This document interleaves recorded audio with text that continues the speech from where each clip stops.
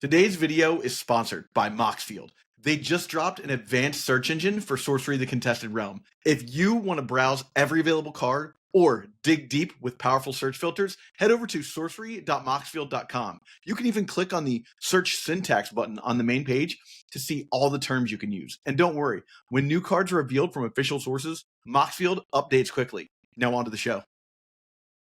So Phil, I was thinking about how Eric's Curiosa. There's some smart dudes over there at Eric's Curiosa, and perhaps ladies as well. I don't know the whole team, but they think with sort of a game designer mind, and they think about solving problems in their designs. And I think that's become more clear to me as since we've gotten from beta to Thurian Legends, and now we're into Gothic. I think I've seen some course correction happen towards each time a new set comes out to kind of give people an idea of what they deem to be important about their game design and what they think is, the style of play that they'd like to see. So I wanted to talk about that today.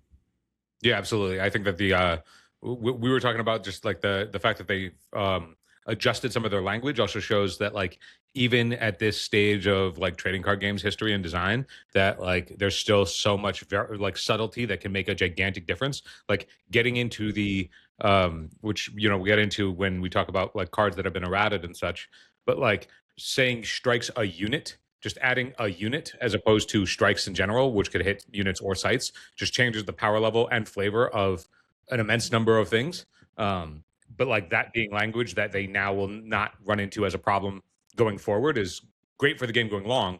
But there's these like little hurdles early on where now there's going to be similar to like Magic and other games where like the text on the card may not actually do what the card actually does. Yeah, and that's been a long time running. And in fact, I don't know if you know this, Phil, that is actually sort of a callback to the original way that the game was played. Dapril Vampire, what was one of the things you're talking about is how they changed how Dapril Vampire works for the life gain. Initially, it did not gain you life when it hit sites, and then they put out an errata, I think sometime in Arthurian Legends, early on in Arthurian Legends, where it did. And I think really that was this is just a reverse back to the way it is.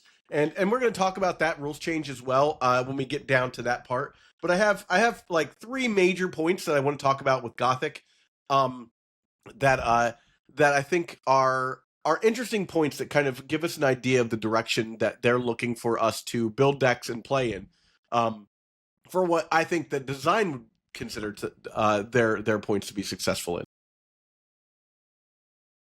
Yeah, please, let's dive in. I'm curious to hear what your thoughts are on it because like you've played the game longer than I have. So me seeing the errata for the first time, I didn't have like I was just learning the game, and now this errata is coming in. Also, like the whole scaffolding of going from 50-30 to 60-30-10. So that like I have still been in my infancy seeing all of these changes. So my learning curve of the game has sort of established itself with these growing, like big growing changes, these sweeping changes, which are different than I imagine what you or the other players that have been in since Alpha have experienced. Yeah, that's I'll call this point alpha. An interesting point to just add to the top of the list is actually going from 40 to 50 to 60, right? Initially it was 40-20, then it was 50-30, and now we're at the final form where it's 60-30-10. One of the things that I think that they're prioritizing here is to not have the uniques play as big a role as they do, but still feel special when you draw a unique. Yeah, because there's less consistency in your deck to get unique cards. Yeah, there's always going to be a push and pull of that, right? Like, if a unique comes in and like, overwhelmingly warps a game, but I feel like that's like a bit less so in this game just because of how gridded just because of the grid. Like, you can sort of play around different uniques if you're thinking about them or if you already know that they're in a list, give or take. It's a little bit trickier in that like you only get one game, so it's not like you can play around it in a game too. But for the most part, as people like start to play in more competitive environments, you're more or less likely going to know what is playable in certain archetypes and what isn't. And anything that's even fringe playable, if you've seen it or have done your homework at all, it's still possible to play around it. Yeah. So that's just one point on sort of the making the games less consistent, which leads me to think that they want you to they want games to go a little bit, not that they go longer, but they want games to be less defined, as in like solved faster, right? Because the smaller a deck is, the easier it is to guarantee that you're going to draw, that one unique or whatever. Like, Roots of I always say this wrong. Yizagrill, Yigs Who Grizzle. knows? Who knows how to pronounce that, man? That's an impossible pronunciation. Who knows? The Roots was a big deck during the 40-20 era, and when we moved to 50-30, people were talking about like you're going to have to ban Roots. It's a real problem. When we moved to 50-30, you just didn't always see it, so it didn't really become that big of a deal, and you didn't really have to deal with it. And I think moving to 60, you're even less likely, right? Moving to, you're still at 30 for Roots, but the other cards in your deck that make that happen, right? That you build around with that. Anyhow, that was sort of an alpha point. I want to talk about my first point is that there's not a ton of tools for existing deck archetypes, Phil. I've noticed that, being an Enchantress player, of course, the first thing I did was I'm like, ooh, where's my wildfires? Where's my thunderstorms at? Right? There's not really anything like that. There are two cards worth adding to my deck that are elite auras. I think that are definitely worth talking about in what is it? Acid Rain, and I've got it over here.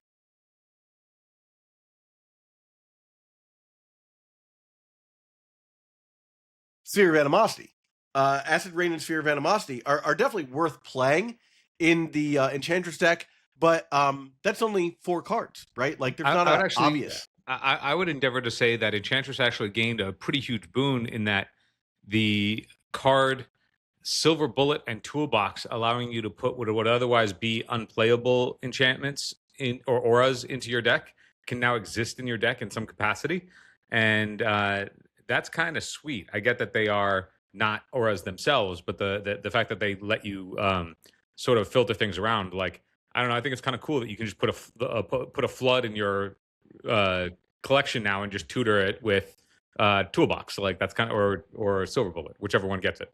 But like, that's kind of fun. That's cool. Like that opens up some space for like cards that were never really part of a consideration at all before, even if they're not part of Gothic, now get to be part of the consideration for a deck, just because you know that it's not going to be something that you draw naturally and then can't actually deploy effectively. Yeah. Well, if you look at, let's look at some other decks that were relatively popular. There's not a ton of Druid support in here. I didn't see anything that I was like, oh man, this is an aggro card that definitely like goes into Druid immediately. Well, here's what I want to know for Druid. With the errata to Druid, I mean, Druid, did they errata it to the point of extinction? Like, does it just never see play ever again? I think that the point there was, look, Druid was an amazing card on flavor, super good, but and probably still playable in the same way that like Sorcerer is playable. But it's a decision that you have to make now about what kind of aggro deck you want to be. And you don't just get all that free value. It's certainly like, look, it's bad. It's nerfed by comparison. It certainly didn't get better, right? But I think that there's still an argument for it. Do you want to be a Druid player or do you want to be a Sorcerer player? Because you can still there's cards like Shapeshift. There's cards like Pact with the Devil that you can use to sacrifice your Tawny to. Things like that, ways to make Tawny, gain value there, but you're not going to get another Tawny back. I think that's the big one, and then of course, not being able to lock people out because now it only affects the flip side only affects your sites, which again is on flavor. But I think that one of the things so if we're talking about that nerf, we'll just go to that as my sort of fourth point. And we were just on our first point, so we're just going to skip to 4 real fast and talk about the erratas. That errata nerfs aggro decks, obviously, right? It makes it so that aggro decks are a little less potent. They're not that they're on the back foot by any stretch of the imagination, but they don't get that overwhelming advantage and then just get to flip over and like lock you out of the game. If they can corner you, you lose the game, right? So I think what I've learned from playing too about why aggro is inherently aggro is inherently advantaged in the game, I think, because of all of the different positions that you can get attacked from. All of your sites being places that you can get attacked means that like it's really hard to defend all of your stuff unless you're pigeonholing yourself in one way, in which case then you can get bottlenecked on where you can develop and then therefore actually cast spells, because you can only extend your sites adjacent to sites that you already have in play. Getting locked out of positionally can just become a difficult scenario. So you have to go wide enough to where you're exposing yourself that way, which is totally fine. That's part of the grid system. That is still intriguing. I think that the difficult part though is life gain, which is a very valuable asset for non-aggro decks, is bottlenecked in that life gain just straight up is blank if you're at death's door. It just doesn't do anything, which means that there's an inherent weakness there. But then also because you're capped at 20 life, you can never actually you may be able to deploy full on life gain to a budding degree, but like at certain points of the game when life totals, like when you just get hit for larger and larger chunks as a game is more developed and bigger minions are hitting the realm, like the fact that there's a cap on how much life you can actually have in a game also bottlenecks what is viable for a deck trying to not be aggressive. So I think the combination between a capped life total and death's door blanking all life total, and then also there's just like life total hate throughout, like that's relatively easy to gain access to, even now with like the new land that says healing is halved, that it's the inherent within the game's mechanics is aggro's benefit. Well, so there's 2 points to that, right? And I think that brings us to point number 2 actually, is that there's a lot of hate for popular decks. You know, you were talking about what is it, River of Blood? You know, having life totals. They really if there's one card here that I think tells you what they're incentivizing in this particular set as far as play patterns. What is the card, Phil? Garden of Eden. The only dual site in the set is Garden of Eden, and it says players can only draw one card a turn. Right? Like is that let me look up the exact wording on this, because you can draw one magic a turn, I think, actually, or one spell a turn.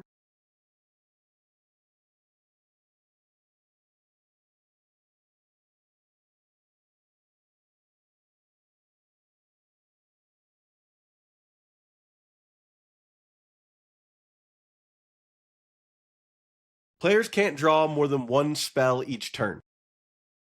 So if you're looking at a deck like Archimago, you know, Archimago's already getting hit with your divine healings only give you 3 life now, right? Like if your opponent has out. Haystack is hitting the Haystack is hitting the common sense and the podcast. Also, oddly enough, like the healing is halved. Like I forget what the name of that site is, but those are symmetrical. River of Blood. Haystack is interesting in that it's one of the few asymmetrical effects that they've decided to print, which I think is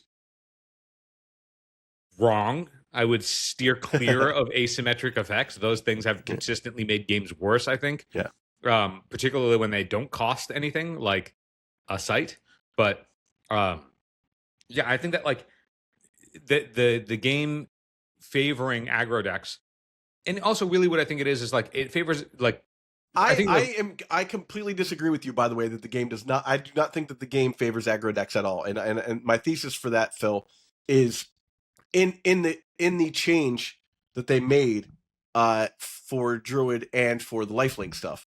I think that they actually made it so that the game favors mid-range decks over control decks over aggro decks. I'm saying that the erratas, I think, to some degree, whether explicit or not, is trying to balance the scales a little bit with the current mechanisms that already exist within the game at like its baseline.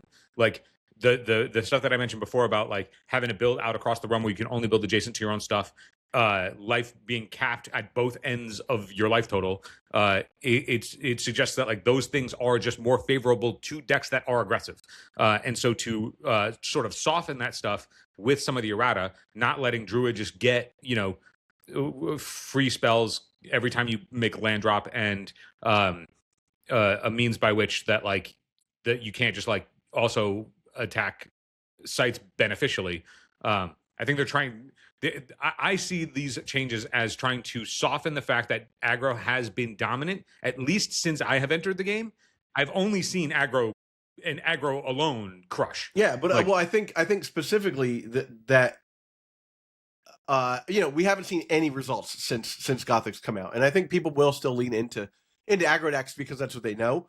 But I truly think that the incentive here is to not play aggro decks. I think that if you are playing a more mid-range deck, or you have sort of a different build that's closer to control from mid-range, you actually have a little bit better of a chance. And I think that the errata for Dapril Vampire specifically, those now that you can't gain life from the sites, your mid-range decks have a chance to catch up to your late game decks, right?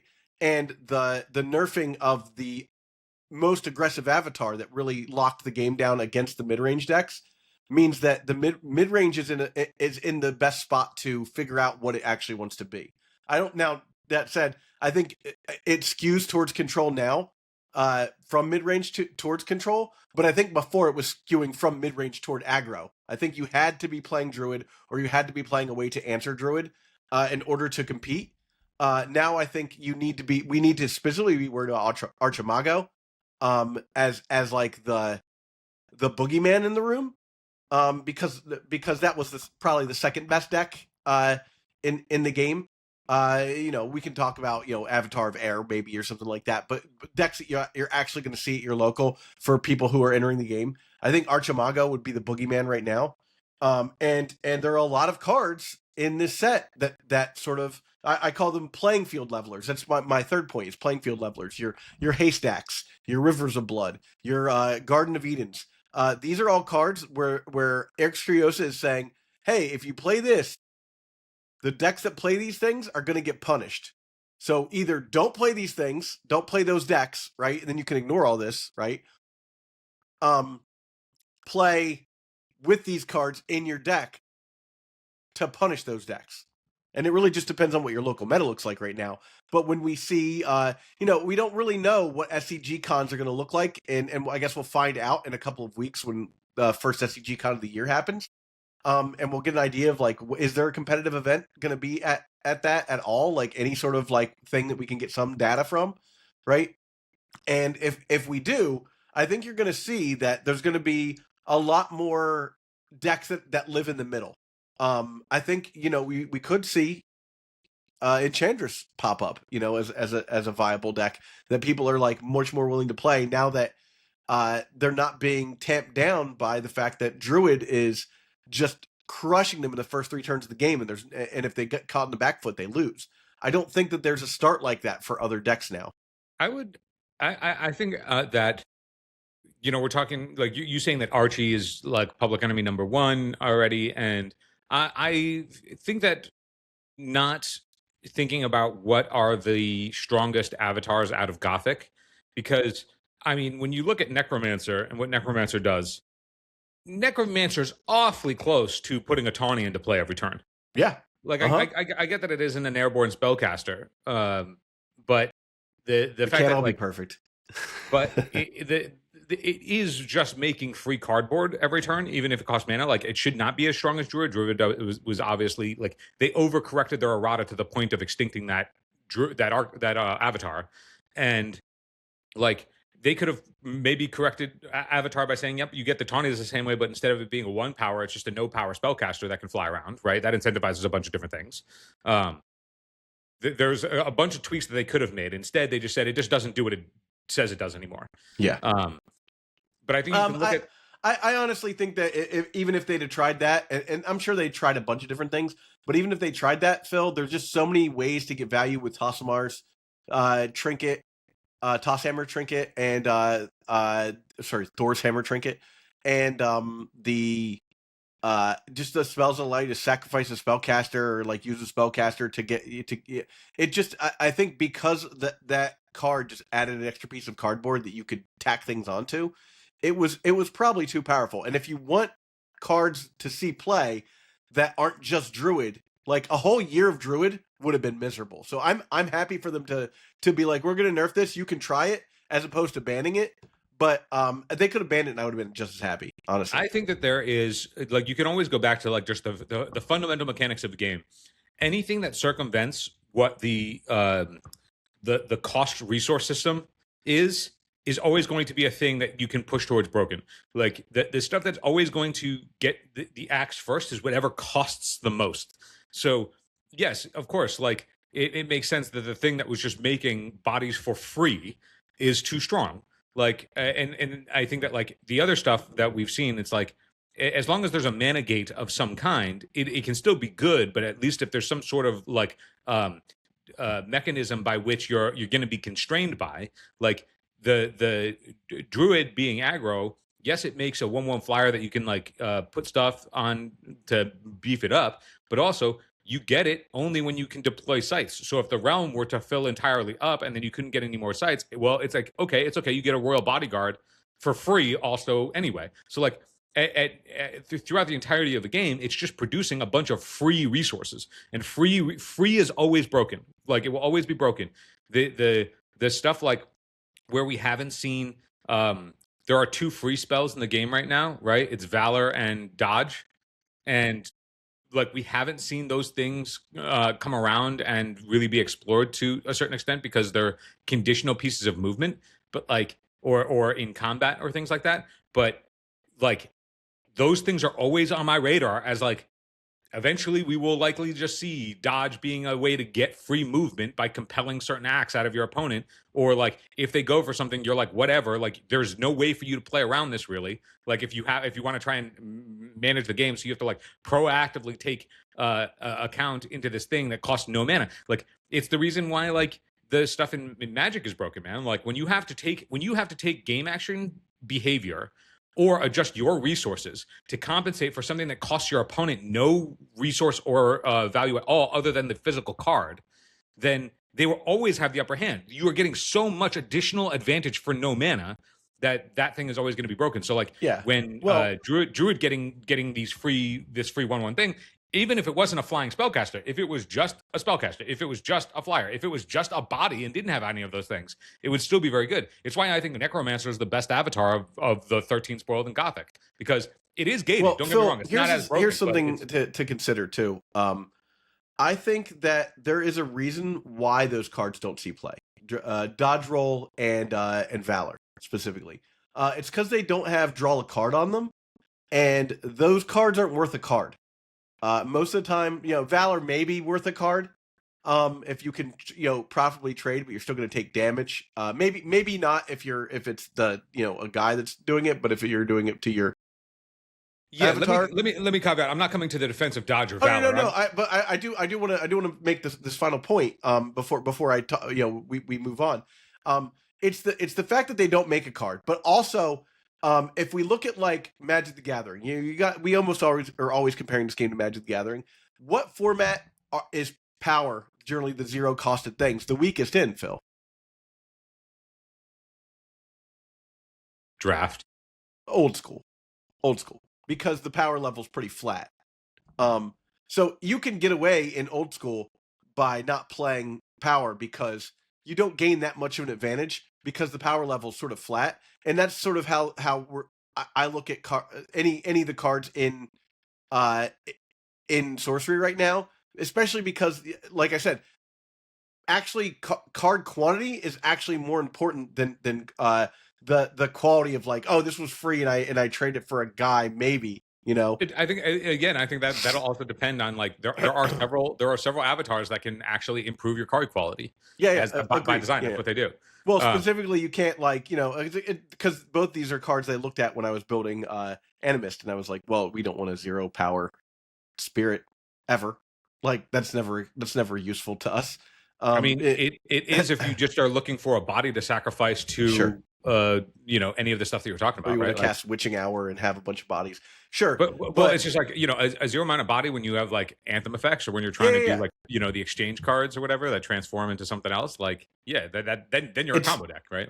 It's not, it's not insane. But I do want to say that just to put a nail on that point, that the 0 cost reactionary cards are not played right now, specifically because it's very rare that they're useful. I've played with dodge roll, and it's like half the time with dodge roll, you never get to use it in the way you want to because it's generally a card you want to put into like battle mage, and they just don't attack your battle mage. Like you're just like, I don't want to dodge my battle mage. It's like, no, they just never attack your battle mage until the end, and then it's too late by then. Or with Valor, it's like it's a bit cost prohibitive because it's I believe it's 2 threshold, 2 so you have to, you don't have to have anything up, but you do have to be specifically playing. Yeah, it's 2 Earth threshold. So you do have to specifically be playing Earth almost to like guarantee that that's going to go off. I'm saying that like I think that like when for the nerfs that they made, yeah, the Druid nerf being one where we're just unlikely to ever see Druid again. I don't think that's true. I think that there will be. I think that Druid is now fair. And it's still better than a lot of the other avatars. Okay, it's just that it's not the go-to. Like you're definitely playing it in aggro. Well, why would you play anything else? We'll take the bet when the first at the end of the first quarter through all of the SCG crossroads and everything that comes around, I will bet that Druid shows 0 results. 0 results. Okay. 0 results. I'll take the over. I don't think it's going to get into the top 8. But I don't think it's going to. I don't think it will make it into any top 64s. I mean, Agent Paco played what was the Templar? So I mean, come on. And this is still better than Templar. It's interesting to me that the guys at Curiosa that are designing the game, they clearly know that free is broken, right? Like the cores which are meant to emulate the Moxen, they made cost 1, not 0, right? Like they understood that 0 is broken. And even then, I still don't think the cores are that good. The cores are that good? Are not that good. I think that there are times that you definitely want them, and there are times that you definitely don't. And top decking a core is freaking terrible. If they cost 0, every deck would have them. No, but I think even if they cost 0, Phil, card quality is card quantity and quality is so much more important in a game where you're already playing low resources. And it's not like Magic where you're like, oh, this is a combo deck, I'm just going to do like, oh no, draw 7 cards and do the thing. You don't get to do that in this game. You can't just like go off. So that's why I equate it to old school. Where like, yeah, it's wonderful to have Moxes in your deck, but if you are in a top deck war against your opponent and you top deck a Mox Jet and your opponent top decks a Juzum Jin, you're going to lose. Yeah, but then in your opening hand, when you have Juzum Jin and I have a Mox Jet, I'm going to be able to steamroll you before you get to your 4th mana. Right? Like like that stuff's contextual. But like think about it like this: if instead of Druid making Tawny for free every time a site enters play, if it was every time a site enters play, you may pay 1. If you do, you get Tawny, right? But that's just mana gating, right? That's just applying with their own resourcing, their own cost resourcing to an effect. I still think that would be too good. What's up? I still think that would be too good. I mean, that's what Necromancer is. Like, well, yes and no. To a Necromancer degree, puts yes, it at the site of the Necromancer, so you have to. It does start back. I'm just saying that, like, yes, obviously it's not a 1-for-1 clear cut exchange, but like the difference between something costing 1 versus something costing 0, it's like that. I mean, that's monumental. Like that's 100% of your mana on turn 1. That's 50% of your mana on turn 2. Like that's like, okay, if by turn 3 I've had to spend 125% more mana than I would have if it would cost 0, that's absurd. That's an insane rate, especially when by that point the realm is connected, right? Our avatars are connected by then across sites. Anyway, where were we going? Yeah, so my thesis here, Phil, is that in the design, the fact that we're not seeing any new toys for existing decks specifically, we're seeing hate for existing decks. We're seeing what was the third thing? I threw it out. We're not seeing any new toys for existing decks. I'm over here trying to play Flood, my guy. I'm playing the Flood. The Flood. Yeah. I'm playing Flood and the Flood. We're flooding. But that is not for existing decks, dude. That is a 4 blue threshold card. That is not trying to like, it's not optimized to get into a specific deck. But anyhow, and then the playing field levelers. I think what you're seeing here is Eric's Curiosa forcing us to deal with new cards, forcing us to deal. One, with new cards because they're good against existing strategies, but also forcing us to deal with new cards because they're flattening the power level of the previous avatars through some of these designs. So that's my thesis here. Is I think that overall, Eric's Curiosa is incentivizing us to play with the new avatars with new cards. Maybe not even with new avatars, but with new cards specifically, and to at least give the new avatars room to breathe.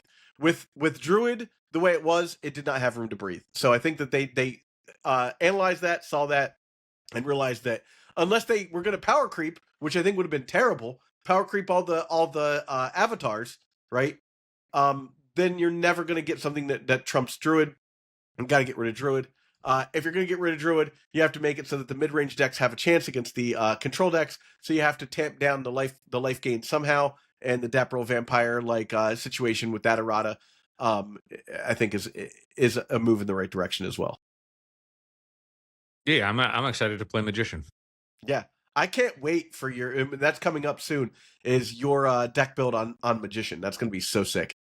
I mean, I don't think it's. I think the most powerful aspect of it is what you were talking about, where you were like, yeah, uniques are going to play a smaller part of the game, and I'm like, not if. Are they? Not if. Well, I mean, I don't know. My whole brewing space so far has been around Magician, which is cutting off 30% of the entire card pool within your deck, so that way you can actually draw what you want faster.